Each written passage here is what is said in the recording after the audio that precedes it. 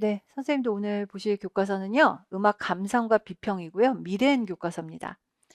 미래엔 교과서는 오늘 보시게 될 교과서가요, 꼭 분포가 지금 문제는 아니에요. 왜냐하면 꼭 분포 자체는 뭐, 그닥, 예, 그냥 골고루, 예, 보시다시피 균형이 그냥 골고루예요. 오늘 선생님들하고 저희는, 보시면서, 아, 좀 여러 가지 이야기를 이 교과서로 하게 될 것 같거든요. 그래서 그 얘기 좀 하고 갈게요. 제가 보통 음악 감상과 비평 교과서들을 볼 적에는 뭐 그 교과서 특유의 뭐 비평의 어떤 맥락들 뭐 이런 이야기들 많이 하잖아요. 그래서 그 교과서만 갖고 있는 비평에 대한 내용들이나 뭐 이런 내용들이 좀 들어가 있어서 뭐 이래요 저래요 이런 이야기 하면서 근데 그 교과서만의 특징들이 시험과는 조금 거리가 있어요. 뭐 이런 이야기를 했지요. 근데 요 미래인 교과서 같은 경우에는 시험과 거리가 있다? 좀 다르게 보여요. 어떤 부분이 다르게 보이냐면 먼저 여기서 이제 비평가이자 음악학자인 리처드 타루스킨이라는 사람을 소개를 합니다. 이분은 그 옥스포드 음악사의 집필자이기도 하고요. 그래서 리처드 타루스킨 이야기를 하면서요. 여기서 슈만에 관한 이야기를 하면서 음악 평론가인 슈만이 평론가로 굉장히 유명한데 이 사람이 쇼팽이나 브람스 같은 음악가들을 소개를 했다. 그래서 슈만이 슈베르트를 세상에다 알리기도 했고 브람스를 알리기도 하면서 뭐 새로운 길이라고 하는 뭐 제목으로 뭐 브람스를 소개를 했다. 뭐 이런 이야기를 하고 여기 선생님들 시험에 나왔던 자신의 저널 음악 신보에다가 브람스에 대한 평론을 실었다라고 얘기하는데 선생님들 음악 신보 기억하실 거예요. 요건 기출 문제에도 나왔던 이런 거 이야기를 하고 있어요. 그러면서 비평은 음악가들을 대비시키는 칭찬을 하기도 하고 아르투지 논쟁 기억하십니까? 아르투지처럼 비판을 하는 적도 있는데 몬테베르디와 관련된 이야기를 합니다. 선생님도 이거 바로크에 나왔던 제2작법 관련된 이야기 했던 거 기억하십니까? 그래서 몬테베르디와 아르투지에 관한 논쟁 이야기를 하고 있는 걸 보실 수가 있습니다. 선생님도 그래서 여기서 우리가 보통 때 이 교과서의 앞부분에 나오는 그 비평?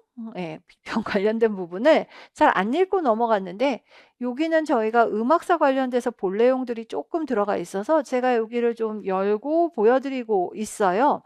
음악 비평의 과정은 음악을 진지하게 반복적으로 감상해서 음악을 구성하는 음악 언어를 이해하고 배경 지식을 조사한 다음에 열린 마음을 가지고 음악의 가치에 관련되는 글을 쓰는 것이다 라고 이야기를 하고 음악을 비평하는 과정에서는 이론과 음악사에 대한 다양한 지식들을 동원해서 사고하는 과정을 통해서 음악에 대한 통합적 사고력을 증진시킬 수 있다라는 이야기를 하고 있습니다.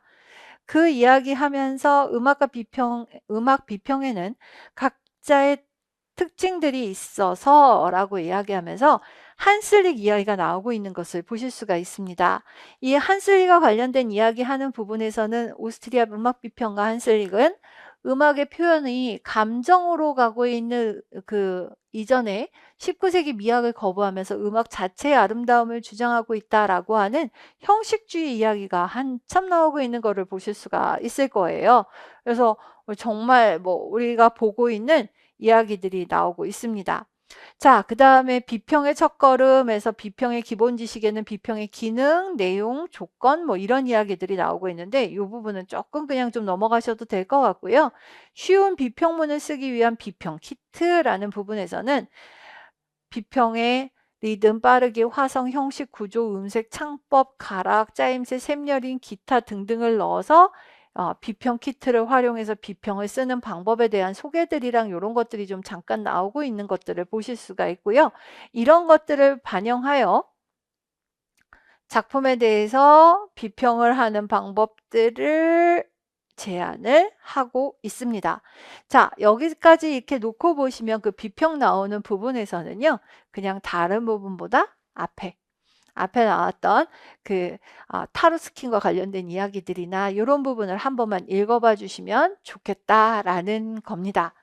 자, 그리고 나시면은요, 이제 선생님들께서 저랑 한번 보셔야 될 페이지는요, 22페이지입니다. 그동안 슬쩍슬쩍 뭔가 나올 때 많은 이야기들은 하지 않고 선생님들께 그냥 잠깐씩 보면서 넘어갔던 뮤지컬 이야기가 있었거든요. 근데 그 뮤지컬 이야기들을 오늘 좀 해보고 가려고 합니다. 이 뮤지컬은 음악, 춤, 연기, 극본, 무대 어쩌고저쩌고 하면서 연극보다는 음악적인 요소가, 오페라보다는 엔터테인먼트 요소가 강조되어서 대중적으로 인기를 끌고 있는데, 이 뮤지컬의 역사에는 영국의 발라드 오페라 기억하시죠? 18세기에 그 오페라 중에서 특히 영국 쪽에서 유행했던 오페라인데 대사를 사용을 했었고요. 풍자적인 성격이 되게 강했었어요. 유럽의 오페레타, 19세기 것이죠. 경가극이라고도 이야기를 했던 가벼운 오페라 등등의 영향을 받았다라고 이야기를 하고 있습니다. 보통 우리가 뮤지컬 역사 이야기할 때 이 두 가지 장르들을 많이 이야기를 하고 있는데요. 그리하여 뮤지컬은 주로 영국과 미국을 기반으로 했다라고 말을 많이 하지요. 미국은 오페레타를 좀 더 많이 표방을 해서 대사, 음악, 춤 등을 종합한 버라이어티 쇼를 만들었다라고 이야기를 하고 있습니다. 자, 지금 선생님들께서는 대표적으로 뮤지컬의 그 구성 요소로 보고 계시는 서곡, 오프닝 넘버, 프로덕션 넘버, 쇼스토퍼, 아리아, 커튼콜 등등등이 있다. 이렇게 해서 약간 그 내용을 보고 계시고요. 이건 조금 이따가 프린트해서 더 보시게 될 거고요.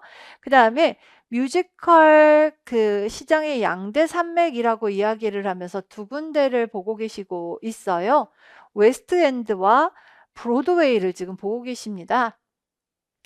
그래서 그 웨스트엔드와 브로드웨이, 영국 런던에는 웨스트엔드가 있고요. 뉴욕에는 브로드웨이가 있죠. 브로드웨이는 뭐 팬텀이라든가 미스 사이공이라든가 레미제라블 같은 작품들이 초연을 많이 했고요. 웨스트엔드에서는 위키드 같은 뮤지컬들이 많이 만들어졌다라고 이야기를 합니다. 자, 그래서 둘은 일단 전 세계적으로 가장 유명한 뮤지컬들이 무대에 올랐던 아주 대표적인 그 극장들이다라고 보시면 됩니다. 자, 그리고 시대별로 유명했던 뮤지컬 넘버들이 나오고 있는데요. 시카고, 캐츠, 렌트, 빌리 엘리어트 같은 뮤지컬들이 이 교과서에선 소개가 됩니다. 뭐 교과서들마다 조금씩 내용들의 차이는 있지만 우리 지금 미래행 같은 경우에는 각 시대를 대표하는 뮤지컬들을 이렇게 소개를 해서 예를 들고 있고요.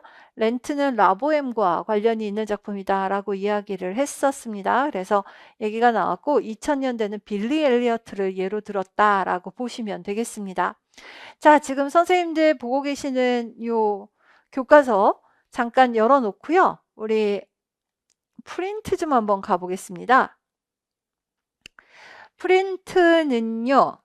지금 여기서부터 보시면 영국의 발라드 오페라, 유럽의 오페레타도 있고 조금 제가 더 집어넣는다고 한다면 보드빌이라고 부르는 공연 형태도 있었고요. 그 다음에 버라이어티 쇼라고 부르는 미국의 전형적인 그 극장 공연물들이 있었습니다. 뮤지컬 코미디, 뮤지컬 플레이 등등으로 불리기도 했었던 공연물들의 형태를 지나서 현재의 뮤지컬에 완성이 되었다라고 이야기를 하고 있습니다. 자, 지금 선생님들 보고 계시는 뮤지컬의 종류라고 되어 있는 건 뭐냐면요. 이미 예전 교과서들에는 한 번씩 실렸던 내용들이에요. 이게 새로운 내용이 아니라 옛날 교과서들이면 한 번쯤 다뤘던 내용들을 잠깐 넣어놨습니다. 북쇼, 스펙터클 쇼, 스타 비이클, 비이클이라고 하는 게 원래는 이렇게 타고 오는 탈 것이라는 의미를 갖고 있고요. 앙상블 쇼라고 이야기를 하는데 북쇼가 약간 얘기거리가 되죠. 왜냐하면 북쇼는 전통적인 뮤지컬 중에서도 특히 좀 규모를 갖춘 뮤지컬들을 우리가 북쇼다 이렇게 이야기를 많이 하지요. 북쇼는 원작이 좋은 거, 우리가 보통 북이라고 이야기를 할 적에는 배우들끼리는 북 이렇게 얘기하면 대본이 좋은 걸 주로 북이라고 이야기를 많이 하거든요. 그래서 대본이 좋을 때 북쇼다 이렇게 이야기를 합니다. 노트르담 드 파리도 그렇고 레미제라블도 그렇고 캐츠도 그렇고 다들 원작이 탄탄한 소설이거나 이렇게 됐을 때 이런 작품을 북쇼다라고 이야기를 합니다. 자, 그리고 스펙터클 쇼라고 이야기를 하면 되게 어떤 극적인 것들보다 무대 장치나 이런 것들이 아주 중요하다라고 할 때 스펙터클 쇼라고 이야기를 합니다. 스타비클은 아주 대표적으로 어떤 유명한 배우가 끌고 나가는 것 같은 이야기들 이렇게 됐을 때 스타 베이클이라고 흔히 이야기를 하게 되는데요. 지금 선생님들 보시는 아까 방금 보셨던 빌리 엘리어트 같은 작품이 전형적인 스타 베이클이라고 할 수 있습니다. 지킬 앤 하이드라고 얘기를 하면 지킬 앤 하이드도 워낙 유명한 소설이었기 때문에 이건 북쇼라고 봐야 되지 않을까요? 라고 하시면 그렇게도 물론 볼 수 있습니다. 근데 사실 지킬 앤 하이드 같은 작품 보시면 워낙 지킬 역을 맡은 배우들이 대부분 워낙 유명하신 분들이 맞잖아요. 그래서 그 스타 한 사람이 다 끌고 가다시피 한다라고 얘기할 땐 스타 비이클이라고 이야기를 합니다. 앙상블 쇼라고 하는 건 대부분 좀 소규모의 단일 세트에서 그냥 이루어지게 될 때 앙상블 쇼라고 이야기를 합니다. 우리가 이걸 뭐 한 가지로 딱 정의하기는 어렵습니다만 대충 이렇게 한번 나눠볼 수 있다라고 보시면 됩니다. 뮤지컬의 구성 요소가 있는데요. 뮤지컬 구성 요소 아까 교과서에서도 보시기는 했는데 여기 조금 더 몇 가지 첨가를 했으니까 한번 같이 좀 보고 가도록 할게요. 뮤지컬은 서곡이 있습니다. 내가 본 뮤지컬에는 없는데 라고 하시면 이거는 조금 정통 뮤지컬이라고 하면은 이렇게 서곡이 따로 붙기도 하죠. 그리고 나면 서곡이 끝나면 대부분 오프닝 넘버 혹은 오프닝 코러스가 있습니다. 합창곡으로 시작하게 되기 때문에 오프닝 코러스라고 하는데 나는 못 봤다라고 하시는 분도 계신다면 이건 예를 들어 볼까요? 선생님들 무슨 지저스 크라이스트 슈퍼스타라든가 아니면 뭐 레미제라블이라든가 뭐 이런 거 하면 레미제라블이 딱 좋을 것 같은데요. 그 룩다운 막 이런 노래들 있잖아요. 그래서 그 노래를 통해서 지금이 어떤 시기다 이렇게 보여줄 적에 오프닝 코러스가 등장을 하죠. 밝고 힘있게 연주된다 이렇게 얘기를 하는데 딱 그런 상태라고 보시면 될 것 같습니다. 자, 그 다음에 제시라고 해서 극이 본격적으로 시작되기 전에 배경과 상황을 명료하게 설명하는 부분인데 요게 익스포지션이 따로 있을 수도 있고 아까 보신 것처럼 오프닝 코러스에서 어느 정도 설명이 될 수도 있습니다. 프로덕션 넘버는 지난번 수업 시간에 말씀을 드린 것 같은데요. 1막의 중간이나 끝부분, 2막 첫 부분에 등장을 하는데 사실 1막 끝부분이 가장 흔합니다. 있었던 모든 주인공들이 다 나오다시피 해서 1막 끝나고 나서 와장창 박수 받으면서 끝나게 하는 것을 노리는 그런 부분이라고 보시면 되겠습니다. 뮤지컬은 이 반복 연주, 리프라이즈 되는 부분이 굉장히 있는데요. 이 리프라이즈 되는 부분에서는 지속적으로 그 극과 극 사이에서 동일하게 연주되는 부분이라고 얘기를 하는데 그 선율이 반복이 되면서 이 작품을 연결시키는 역할을 하게 됩니다. 자, 쇼스타퍼라고 나오는데요. 이게 선생님들 서양 오페라의 막강극과 비슷하며 라고 이야기하는데 요거는 제가 뮤지컬 하시는 분이 쓴 책을 그대로 가지고 와서 그런데 별로 안 비슷해요. 막강극이 뭔지 잘 모르시는 분 같더라고요. 그냥 써놓기는 했는데요. 서양 오페라의 막강극과 비슷하며 라기보다는 그냥 그 막간극보다는 간주곡이 더 가깝지 않을까 싶기도 하는데요.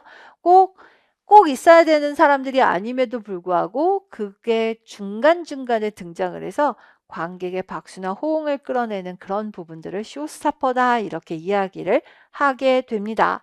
자, 그 다음에 리드송이라고 나오는데요. 선생님도 요게 뮤지컬에서 아리아라고 부를 수도 있어요. 근데 아리아가 여러 개인데 아리아가 여러 개인데 그중에서 리드송은 주제곡이라고 이야기를 하면서요. 주인공의 갈등이 최고조에 이르렀을 때 부르는 노래다라고 이야기를 합니다. 아리아는 이 사람도 부를 수 있고 저 사람도 부를 수 있는 뮤지컬에서 주인공급들이 부르는 노래들 모두를 다 아리아라고 부를 수 있다면 리드송은 그 중에서도 가장 핵심이 되는 노래들을 부를 때 이야기를 하게 되죠. 뮤지컬의 또 하나의 아주 백미라고 할 수 있는 게 커튼콜입니다. 많은 관객들이 이 커튼콜을 기다리죠. 공연이 끝나고 나면 배우들이 나와서 인사를 하게 되는데 그때 이른바 이 커튼콜이라고 하는 게 있습니다. 오페라나 발레 같은 경우에는 커튼콜이 오페라 같은 경우에는 사실 정해져 있지 않죠. 특히. 그러니까 오페라의 커튼콜이라고 하면 이렇게도 말하잖아요. 커튼콜이 몇 분간이나 지속되었다. 커튼콜이 10분간 지속되었다. 15분간 지속되었다. 이렇게 말했을 때는 정말 너무나도 관객들이 오래 환호했을 때 커튼콜이라고 말을 해요. 발레도 원래는 그런 거거든요. 근데 요즘은 발레 공연 때 커튼콜이 너무 길어지면 잠깐 무용수가 나와가지고 아주 하이라이트를 잠깐 해서 보여줄 때가 있기는 합니다. 근데 그게 원래 꼭 그렇게 되는 건 아니거든요. 근데 뮤지컬에서는요. 커튼콜이라고 하게 되면 약간 그 뮤지컬 배우가 나와가지고 짧게 노래와 춤을 출 때가 있습니다. 그런 것들을 아예 만들어 놓기도 하고요. 그런 것들을 커튼콜이라고 부른다라고 보시면 됩니다. 자, 4대 뮤지컬은요. 선생님들 요게 대부분 다 80년대에 만들어진 뮤지컬이기는 한데요. 이거 옛날에는 되게 중요하게 이야기를 했지만 요즘은 잘 따지지는 않습니다. 왜냐하면 80년대 이 뮤지컬들은 너무나도 히트를 쳐버렸고 너무나 대박을 날려버리는 바람에 아, 사람들이 한때 이거에 필적할 만한 뮤지컬이 나오겠느냐라고 하면서 4대 뮤지컬이라고 많이 불렀었습니다. 캐츠, 레미제라블, 오페라의 유령, 미스 사이공. 물론 이 작품들이 지금 인기가 없다는 뜻은 아닙니다. 여전히 공연하면 잘 되기는 하는데요.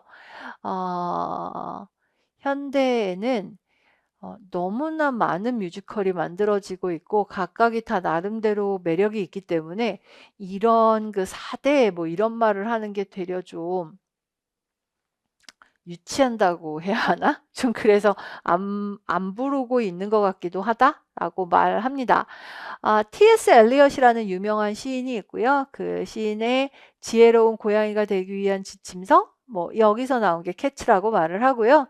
빅토르 위고의 레미제라블 원작으로 한 레미제라블이 있고 가스통 르루의 오페라의 유령을 가지고 만든 오페라의 유령 그리고 나비 부인의 아이고 오타를 나비 부인을 현대적으로 만든 게 미사일공이라고 이야기를 하고 있습니다. 이 작품들은 일단 규모가 크고요. 모두 싱스루보다는 썽스루가 맞다고 말씀을 드렸잖아요. 그래서 썽스루 뮤지컬입니다. 즉 대화체를 거의 사용하지 않고요. 처음부터 끝까지 다 노래로 이어지는 그런 뮤지컬들이다라고 보시면 되겠습니다. 아주 잘 짜여진 뮤지컬 이라고 이야기를 하죠. 그래서 캐츠하고 오페라의 유령은 앤드류 로이드 웨버라는 사람이 작곡을 했고요. 요렇게 두 개. 레미제라블하고 미스 사이공은 미셸 숀버그라고 하는 사람이 작곡을 했어요. 그래서 이렇게 두 사람씩 앤드류 로이드 웨버와 숀버그가 작곡을 해서 이 두 개의 작품씩 작곡을 했고요. 이 네 개의 작품이 지금 거의 반세기가 되도록 사람들한테 여전히 굉장히 높게 평가가 되고 있다라고 이야기를 하고 있습니다. 서로 한때는 우리가 이게 5대 뮤지컬이 되고 싶다 뭐 이런 이야기를 했어서 뭐 라이언 킹이 나오면 얘가 5대 뮤지컬이 될 것인가 뭐 이런 이야기들을 막 하고 있었는데 요즘은 뭐 그냥 굉장히 많은 작품이 그냥 동시다발적으로 올라가고 있다라고 보시면 될 것 같습니다.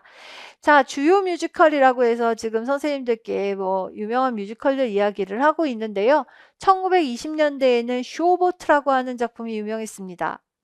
그리고 1930년대에는 Anything Goes라고 하는 작품이 있었고요. 1940년대 오클라호마, 1950년대 웨스트 사이드 스토리라고 하는데 중요한 작품은 이게죠. 웨스트 사이드 스토리입니다. 레너드 번스타인이라고 지휘자이시기도 했던 굉장히 유명한 지휘자였죠. 레너드 번스타인은 한때 뭐 카라얀하고 어깨를 나란히 할 정도의 지휘자였던 분께서 작곡을 하신 작품입니다. 사운드 오브 뮤직이라는 작품과 헤어라는 작품은 1960년대 작품으로 아주 유명하고요. 1970년대에 이제 점점 그 유명한 작품이 하나 나타나고 있는데요. 앤드류 로이드 웨버가 팀 라이스 기억하십니까? 예, 아주 유명한 대본 작가라고 말씀을 드렸는데요. 팀 라이스하고 함께 만든 지저스 크라이스트 슈퍼스타가 대표적인 작품입니다. 락 오페라라고도 이야기를 할 정도로 예, 뮤지컬입니다. 말이 락 오페라지. 예, 그래서 예수님이 약간 히피처럼 등장을 하고요.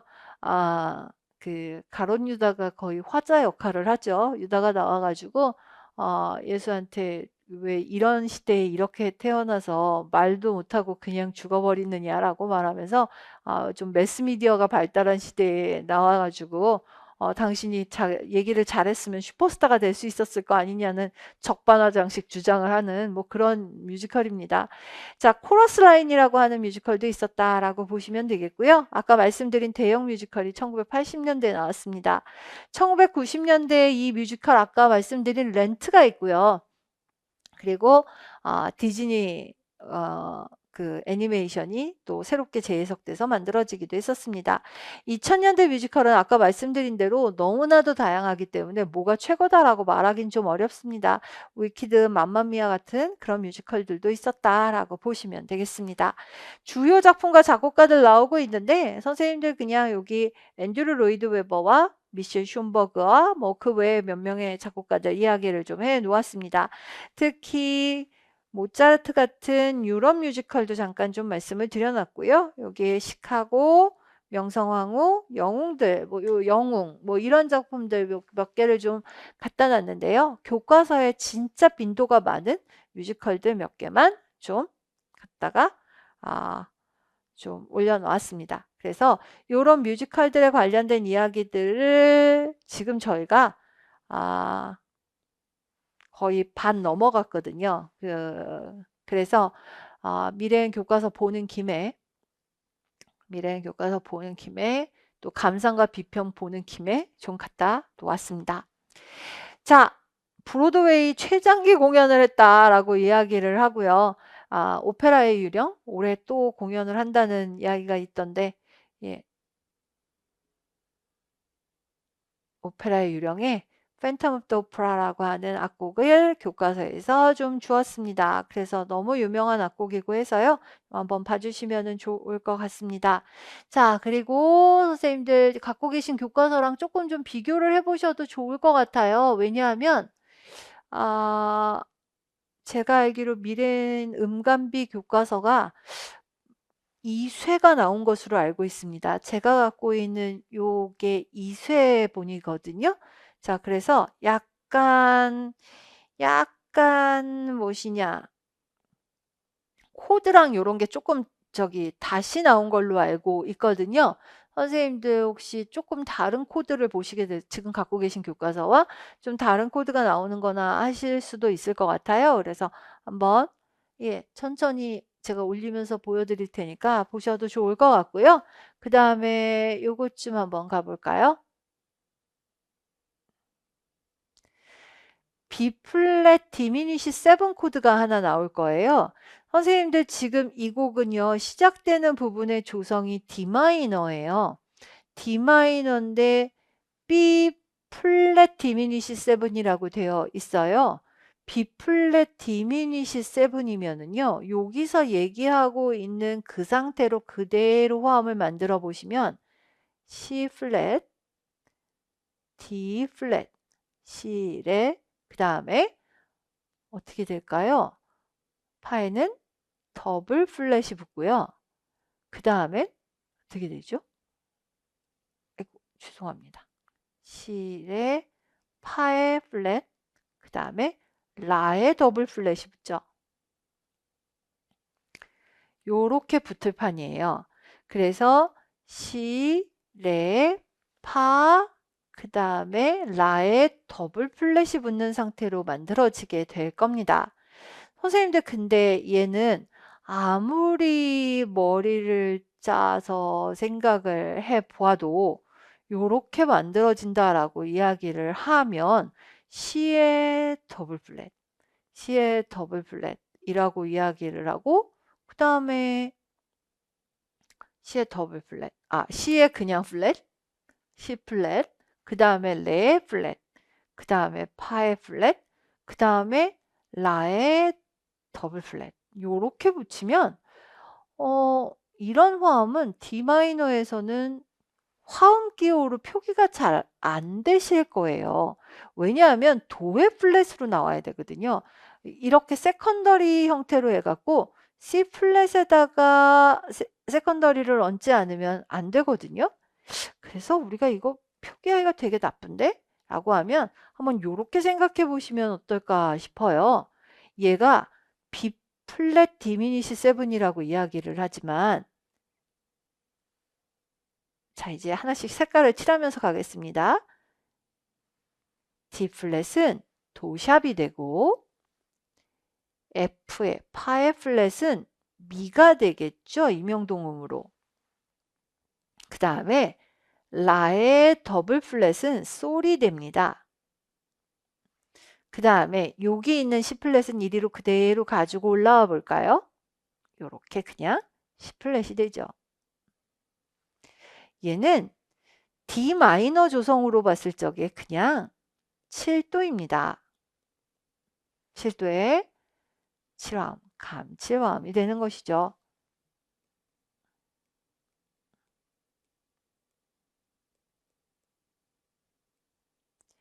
얘는 B 플랫 디미니시 7이라고 했지만 C 샵 디미니시 7과 같은 코드가 될 것입니다. 그리고 이렇게 되어서 그 다음에 뭐가 나오느냐 하면 바로 D 마이너의 1도로 해결이 되는 것으로 보셔야 할 겁니다. 지금 이 화음의 기능이나 이 화음의 진행은 도샵에서 D 마이너의 1도 화음으로 해결되는 것으로 보시는 걸로 충분하다고 보입니다. 원래도 재즈 코드를 쓸 적에는 그 감칠화음의 기능이나 이런 것들이 이런 식으로 많이 적히게 되거든요, 선생님들. 그러다 보니 지금 선생님들께서 보셨을 때 B 플랫 디미니시 7이라고 되어 있고 그 B 플랫이 이렇게 내려가면서 해결이 되는 것처럼 보입니다만 실제로 이 화음을 우리가 요걸 그 기능 화성학적으로 본다면 도샵, 미, 솔, 시 플랫 이렇게 되어 있는 상태의 7도 화음에서 그 시 플랫에 해당되는 음이 레파라에 해당되는 화음으로 해결된 것으로 보시는 게 더 좋겠다라는 것이죠. 지금 선생님들께서 보고 계신 요 화음처럼 말입니다. 그래서 이렇게 1도로 해결되고 있다라고 보시는 게 더 적절해 보입니다. 자, 그래서 요 화음은 C 샵 디미니시 7으로 가고 있다라고 보시면 될 것 같습니다. 자, 그러면 요 곡을 하나 보셨습니다. 다음으로 가볼까요? 지금 선생님들께서 보시는 거에서는요, 팬텀의 포스터와 줄거리, 뭐, 요런 악곡들, 뭐, 중요한 노래들, 뭐, 요런 것들이 잠깐 악보로 제시가 되었습니다. 자, 그 다음에는 레 미제라블 중에서 Do You Hear the People Sing? 이라고 하는 노래가 하나 실려 있습니다. 자, 그러면 요 악곡은요. 숀버그가 작곡했다라고 이야기를 하고 있고요. 그리고 프랑스에 그리 유명하지 않았던 혁명이에요. 선생님도 이거 프랑스 대혁명 배경 아닙니다. 그래서 요 혁명을 배경으로 하고 있는 그 뮤지컬 레 미제라블의 요거를 또 번안을 해서 무슨 민중의 노래 뭐 이렇게 해서 부르기도 하던데요. 뭐 너는 듣고 있는가 이런 뜻을 갖고 있는 노래이죠. 자, 그래서 이 노래가 지금 나오고 있습니다.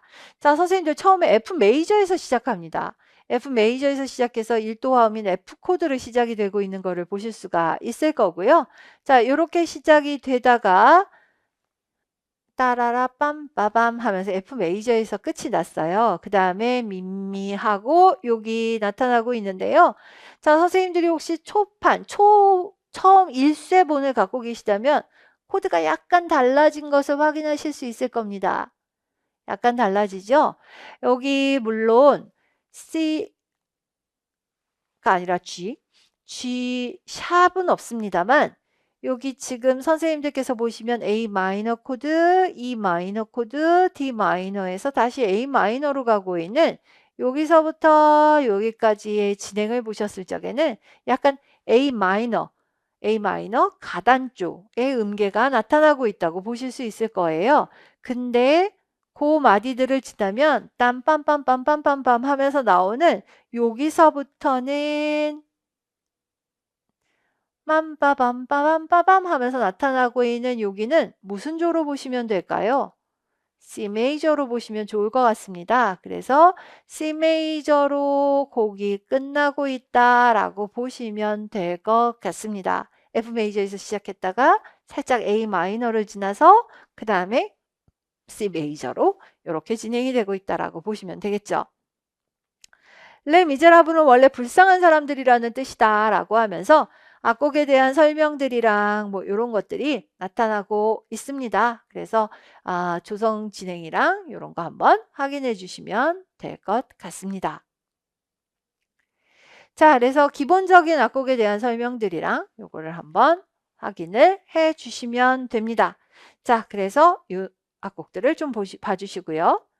자, 그리고 나면 네, 선생님들 보고 계시는 28페이지에는 참 최근 악곡이라고 봐도 무난하겠죠. 그래서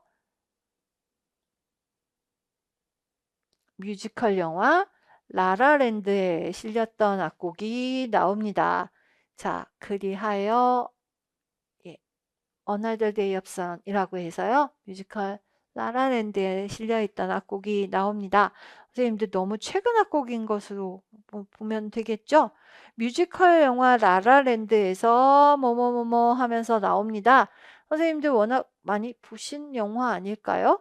예, 요게 언제쯤 나오냐라고 이야기를 하면 얘가 오프닝 넘버로 보셔도 될 거예요. 그래서 오프닝 넘버에 해당되는 악곡이다 라고 확인하시면 될 것 같고요.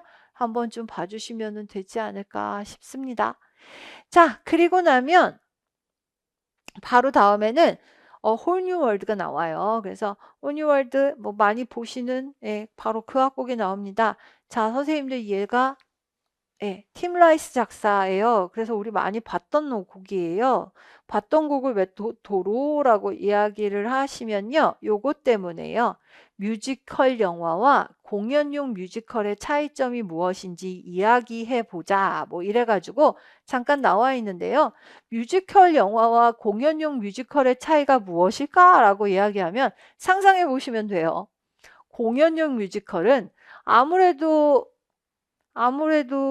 무대가 딱 정해져 있기 때문에 훨씬 더 그 볼거리가 좀 한정되는 경향이 있죠. 그렇지만 영화로 만든 알라딘? 상상만 해도 영화 대충 느낌이 오시죠? 막 궁과 궁 사이를 훨씬 더 넓게 표현을 하면서 막 양탄자가 날아다니고 뭐 나 뮤지컬 봤는데 뮤지컬에서도 양탄자는 날라요라고 이야기를 하면 네, 이렇게 실매달아갖고 날아다니고 그럴 거잖아요. 그래서 표현이 훨씬 더 자유롭고 다이나믹하고 그런 게 영화의 강점이다라고 이야기를 할 수 있고요. 배우의 얼굴을 바짝 보여줄 수 있어서 그런 게 영화에서 훨씬 더 좀 표현이 더 섬세할 수 있다라고 이야기를 할 수 있습니다. 영화는 저렴하죠. 되게 싸죠. 그래서 그런 것도 또 뭐 좋을 수 있다라고 이야기를 할 수 있습니다. 그렇지만 또 극장 공연 같은 또 재미가 또 따로 뭐 극장에서는 내가 좋아하는 배우를 직접 만나서 공연을 볼 수 있다는 점, 뭐 이런 것들이 또 나름대로 굉장히 강점이라고 할 수 있겠습니다. 자, 그래서 뭐 이런 내용들이 조금 더 교과서에 있다라고 보시면 될 것 같습니다. 우리나라 창작 뮤지컬 누가 주인인가 악곡도 나오고요. 이거 그 뮤지컬 영웅이 있었고요. 슬플 때 빨래를 해는 정말 저희가 처음 교과서 저 천재 교과서 볼 때부터 너무 많이 있어서 요건 좀 넘어가겠습니다. 자, 이제 영화 음악이 나옵니다. 영화 음악은요. 그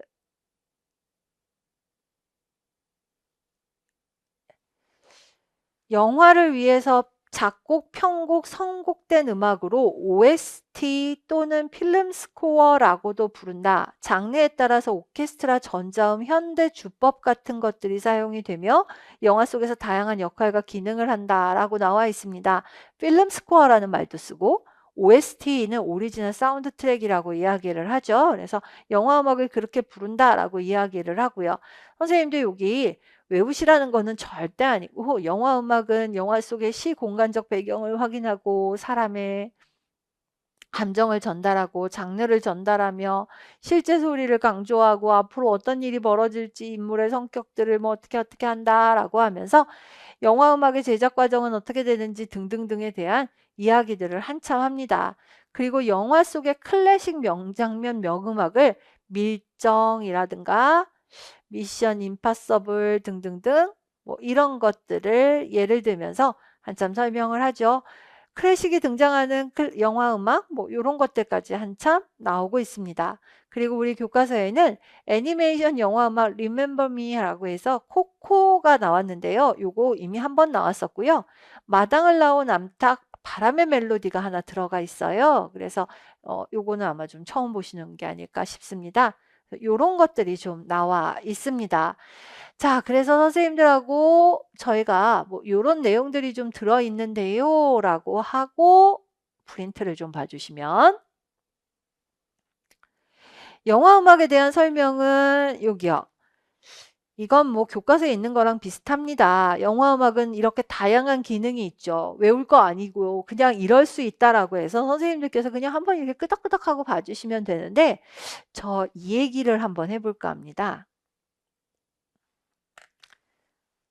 선생님들 우리가 쓰는 음악 용어들 중에 어떤 대상을 떠올리는 주제라고 하면 고정심상이라는 말도 있고 유도동기, 라이트 모티프도 있고 뭐 여러 가지 용어를 쓸 수 있는데 영화에서는 유독 라이트 모티프라는 기능을 옛날부터 많이 사용을 했습니다.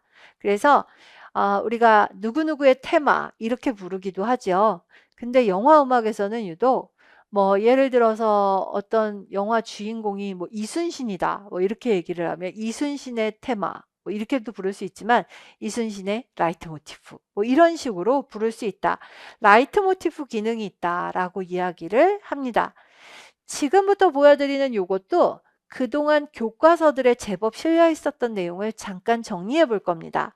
저희가 그동안 이런 부분들을 그냥 쓱쓱 좀 넘어왔어서 한꺼번에 좀 이야기를 하려는 거예요. 영화 음악 작곡가들 유명한 사람들 존 윌리엄스입니다. 선생님들 제가 존 윌리엄스 이야기를 음악사 시간에 잠깐 해요. 잠깐 이야기하는데 이런 작품들을 썼던 사람들입니다. 선생님들과 제가 세대가 좀 벌어져서 존 윌리엄스를 잘 몰라 라고 하실지 모르겠지만 미국 영화 음악의 가장 대표적인 작곡가 중에 한 사람입니다. 그래서 존 윌리엄스는 이 중에 뭐 하실까요? 그래서 예, E.T. 영화 음악 아실라나?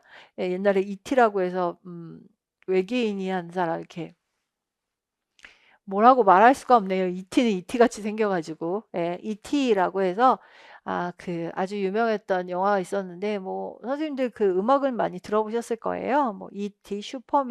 슈퍼맨도 그냥 어디선가 들어봤다 싶으면 거의 존 윌리엄스 게 아닐까 싶을 정도로 많은 영화 음악을 작곡했던 사람이고요. 선생님들께서 많이 아실 만한 사람은 한스 짐머가 아닐까 싶습니다. 라이언 킹을 시작으로 해서 듄 뭐 이런 영화 뭐 게임 뭐 이런 데 많이 등장을 하고요. 캐리비안의 해적도 많이 알고 계실 것 같고 한스 짐머가 있습니다. 그러니까 저희가 아카데미상 오스카라고 부르죠. 오스카상에 존 윌리엄스가 열심히 받다가 그 다음에 한스 짐머로 넘어갔다고 보시면 됩니다. 일본에서는 어, 주다가 지쳐서 못 주는 사람이 히사이 시조라고 하고요. 히사이 시조의 영화 음악이 또 아주 유명합니다. 브라이언 메이라는 사람이 있고 엘리오 모리꼬네가 있는데 엘리오 모리꼬네 모르시는 분은 없으실 거라고 봅니다. 그래서 엘리오 모리꼬네가 영화 음악 작곡가로 유명하고 우리나라에는 이동준이라고 하는 작곡가가 있다라고 보시면 됩니다. 그래서 대충 요 정도 유명한 음악가들이 있습니다 하는 정도의 음악가들의 이름들을 좀 정리해 보았습니다.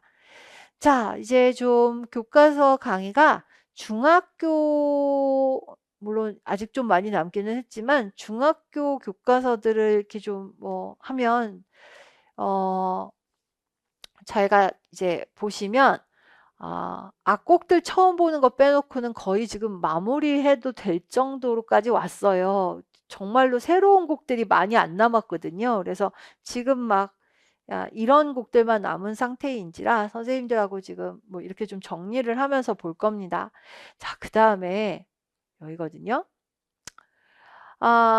우리 음감비 교과서, 미래행 교과서는 대중음악이 정말 많이 실려 있는데요. 선생님들 다이너마이트가 있고 제가 좀 넘기면서요. G라는 노래가 이게 도대체 선생님들 아기 때 나오신 노래 아닐까? 나온 노래 아닐까?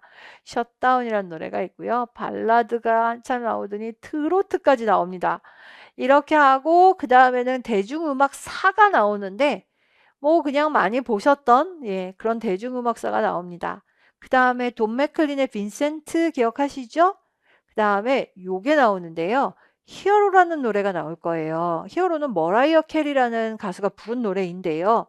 요건 미국의 그 빌보드 핫뭐 100에 올랐던 악곡이다라고 이야기를 하고 있는데요. 전형적인 팝에 해당하는 그러니까 미국의 팝에 해당하는 노래입니다. 자, 그리고 선생님들 여기 보시면 내가 얘는 안다라고 하실지도 모르겠는데요. 저스틴 비버의 베이비라는 노래가 나와 있습니다. 그리고 재즈는 다른 교과서에서도 있어서 많이 보셨을 것 같고 그 다음에 락 음악으로 It's My Life라는 노래가 나와 있는데요. 본조비의 노래가 하나 실려 있습니다. 자, 그리고 나면 다른 문화권의 음악이라고 하면서 다른 문화권의 음악이라고 하고 중국의 경극이 나와요, 선생님들. 이 중국의 경극이 다른 교과서들보다 조금 더 자세히 나와요. 그래서 본 김에 조금 좀 볼까 합니다. 선생님들께서 이 경극에 대한 이야기들을 좀 보시는 거를 조금 좀 신경을 써서 보시면 어떨까 해서요. 경극 이야기를 좀 해보려고 합니다. 경극은요. 베이징 오페라라고도 부른다. 경극은 베이징 오페라라고도 부른다라고 이야기를 하고요. 그 다음에 14세기서부터 성행한 중국의 전통 가극으로 하는 데서 14세기부터 성행한 애는 약간 물음표? 그건 조금 이따 설명. 대사는 주로 베이징 지역의 방언이며 베이징 오페라니까 베이징 지역의 방언 맞고요.